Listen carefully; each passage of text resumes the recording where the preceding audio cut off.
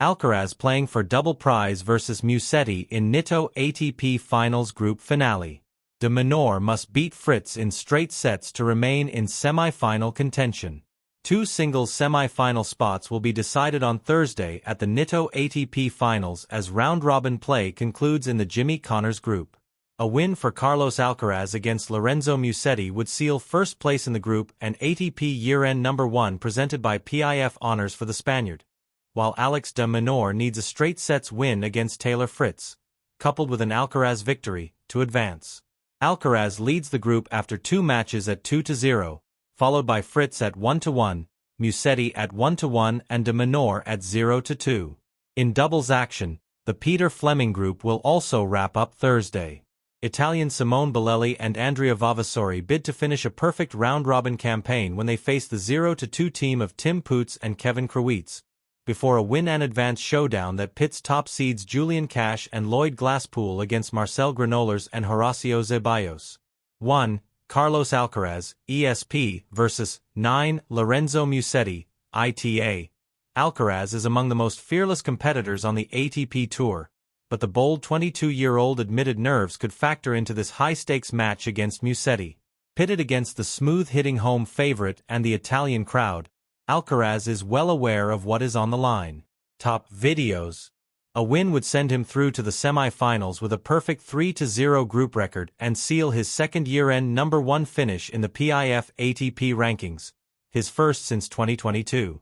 "I will try not to think about it," Alcaraz said after a 6-7-2, 7-5, 6-3 win against Fritz on Tuesday in Turin. "It's going to be a really big match for me. I will try not to let the nerves play a bad time in the match. I will think about my goals, about feeling much better than today." After winning his opening match at the Nitto ATP Finals for the first time in 3 tries, beating de Minaur on Sunday, Alcaraz secured a win from a set down for the first time in Turin against Fritz. While he discussed the physical and emotional stresses of that nearly 3-hour match, he welcomed the day off ahead of the group finale. Another off day would await before the semi-finals, a luxury not afforded to the players in the Bjorn Borg group. Musetti won a brutal 3-setter of his own against de Minaur on Tuesday, battling back from a breakdown in the third set for a 7-5, 3-6, 7-5 result, his first win in his Nitto ATP Finals tournament debut. While he struggled physically at times, he drew on his big heart and big passion for this game to fight back, to the delight of the home crowd. "I am a warrior," Musetti said. "I have improved a lot on the mental side and I am pushing myself to the limit because I am playing every match against the top players. The next one coming is against Carlos. I know how difficult it is, especially in these conditions. I will try to enjoy and fight like I did today." Alcaraz and Musetti have met on some of the game's biggest stages this season, with Alcaraz sweeping meetings in Monte Carlo, Rome and Roland Garros and winning the title at all 3 events. Despite trailing Alcaraz 1-6 in their Lexus ATP head-to-head with 6 consecutive defeats, the Italian managed to take a set off his rival in 2 of their 3 matches this season, all on clay courts. Both players are clay natives, though Alcaraz's game has translated to more success on hard courts. While Musetti may have the home crowd advantage, the quick conditions favor the versatile Alcaraz. But at his best, Musetti is one of the few men on the ATP Tour who can rival Alcaraz for both power and artistry. After the de Minaur thriller, can the Italian paint another masterpiece against the top seed? 6. Taylor Fritz, USA, vs. 7. Alex de Minaur, AUS. Despite heartbreaking defeats for each on Tuesday, Fritz and de Minaur are still in with a chance to advance to the Turin semi-finals. Fritz controls his own destiny, with a win enough to reach the Nitto ATP Finals knockout rounds for the 3rd time.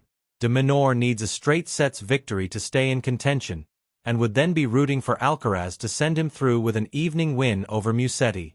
Fritz and de Minaur were both reeling immediately after their Tuesday outings, with the Aussie taking the loss particularly hard. "If I really want to be serious about taking the next step in my career, these matches, I can't lose them. I just can't," de Minaur said after failing to close out Musetti from 5-3 up in the final set. "I mean, it feels like I've lost a lot of them this year.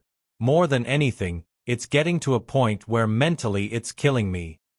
Adding to the pain was the fact that de Minaur was denied his first Nitto ATP Finals win in 2 appearances. He is now 0-5 in Turin between his debut last season and this current campaign.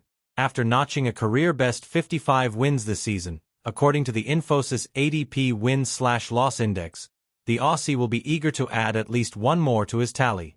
Fritz had Alcaraz on the ropes in the second set of their meeting, but after missing out on 2 break points in a marathon 5th game in the second set, he did not earn another break opportunity in the match.